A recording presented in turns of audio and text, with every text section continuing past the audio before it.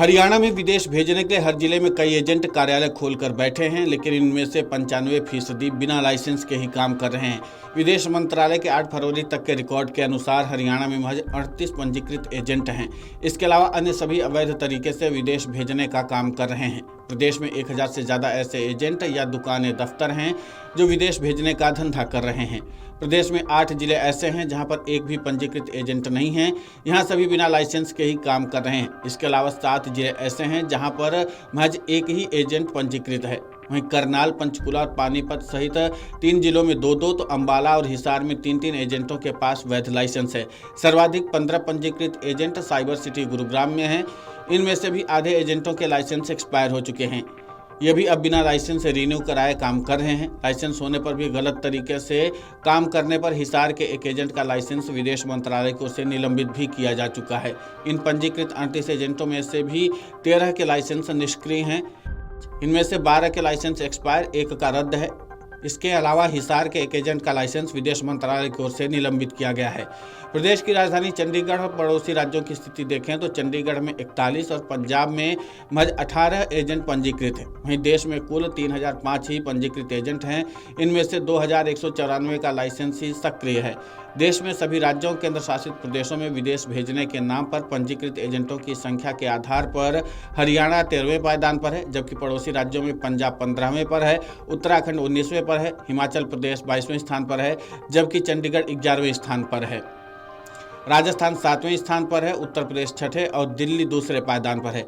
सबसे ज़्यादा 899 पंजीकृत एजेंट महाराष्ट्र और सबसे कम महज एक लाइसेंस शुदा एजेंट छत्तीसगढ़ में है। दिल्ली में 436 है, यूपी में 117, राजस्थान में 95, हरियाणा में 38, पंजाब में 18, उत्तराखंड में 8, हिमाचल प्रदेश में 3 पंजीकृत एजेंट हैं। 36 इमिग्रेशन कंपनियों में कुछ कंपनियों के शह पर फर्जी इमिग्रेशन की दुकानें चल रही हैं। एक तरह से जिस प्रकार बी फार्मा वाले की डिग्री किराए पर लेकर मेडिकल स्टोर संचालित होते हैं, उसी तरह पंजीकृत कंपनियों से अवैध तरीके से मौखिक तौर पर सेटिंग करके फर्जी इमिग्रेशन के दुकानदार डंकी रूट का धंधा चला रहे हैं। इसके लिए शह देने वाली पंजीकृत इमिग्रेशन कंपनियों को अलग अलग तरीके से फर्जी इमिग्रेशन दुकानदार भुगतान करते हैं। इनमें से कई दुकानदार विदेश भेजे जाने वाले प्रति व्यक्ति तो कोई प्रति माह के हिसाब से भुगतान करता है। इस मामले में पुलिस के पास कार्रवाई करने का कोई वैध कानून नहीं होने का ये फर्जी एजेंट फायदा उठाते हैं। प्रदेश में जल्द ही फर्जी इमिग्रेशन कंपनियों के खिलाफ कार्रवाई करने को लेकर एक नया एक्ट लागू होने वाला है। इसके बाद प्रदेश के प्रत्येक जिलों में संचालित इमिग्रेशन कंपनियों की जांच होगी। इस जांच अभियान में अपंजीकृत इमिग्रेशन कंपनियों को बंद करने के साथ सख्त कार्रवाई भी होगी। इसके अलावा अवैध तरीके से काम करने वाले एजेंटों के शह देने वाले पंजीकृत कंपनियों और उनके संचालक भी नपेंगे। अब कुल मिलाकर के यह है कि प्रशासन भी इस मामले पर सख्ती से काम कर रहा है और प्रशासन को एक बात समझ में आ चुकी है कि किस तरीके से आगे इन पर नकेल कसने की ज़रूरत है। आपको बता दें कि हालिया वक्त में जब अमेरिका की डोनाल्ड ट्रंप सरकार ने अवैध तरीके से प्रवासी भारतीयों को भारत में भेजा था, उसके बाद से ज़बरदस्त तरीके से हंगामा मचा और इसके बाद से अब सरकार इस मामले पर सख्त कदम उठाने जा रही है। आपको बता दें कि विदेश मंत्री डॉक्टर एस जयशंकर ने संसद में जानकारी देते हुए बताया था कि पहले भी ऐसे जो अवैध तरीके से प्रवासी अमेरिका या अन्य देशों में रह रहे थे उनको भारत में डिपोर्ट किया गया था, लेकिन इसके बावजूद अब हमारा फोकस ये है कि जिस तरीके से ये डंकी रूट अपनाया जाता है उस पर कार्रवाई करने की, ताकि हमारे यहाँ से जाने वाले व्यक्ति जो रोजगार के लिए जाते हैं उनको किसी प्रकार की समस्या न हो, उनको सही तरीके से विदेश भेजा जाए ताकि वो अपनी कमाई कर सकें। ऐसे जाने से उनको आर्थिक तौर पर भारी नुकसान झेलना पड़ता है। लेकिन फिलहाल हरियाणा में पुलिस प्रशासन जो है वो सख्त कार्रवाई करने में जुट चुका है।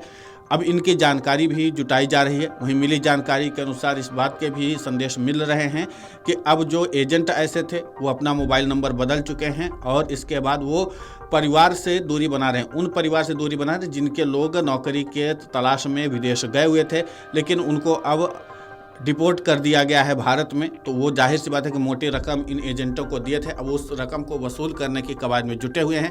इसलिए एजेंट गायब हैं क्योंकि परिजनों का गुस्सा 7वें आसमान पर है और इनके खिलाफ एक्शन लेना चाहते हैं। अब देखना ये होगा कि हरियाणा सरकार इस मामले पर कानून बना करके कब तक ऐसे फर्जी इमिग्रेशन करने वाली कंपनियों और फर्जी एजेंटों पर कार्रवाई करती है। Video desk अमरउजाला.com। अमर उजाला जीवांजलि के सारथी की मदद लें और महाकुंभ में स्नान जरूर करें।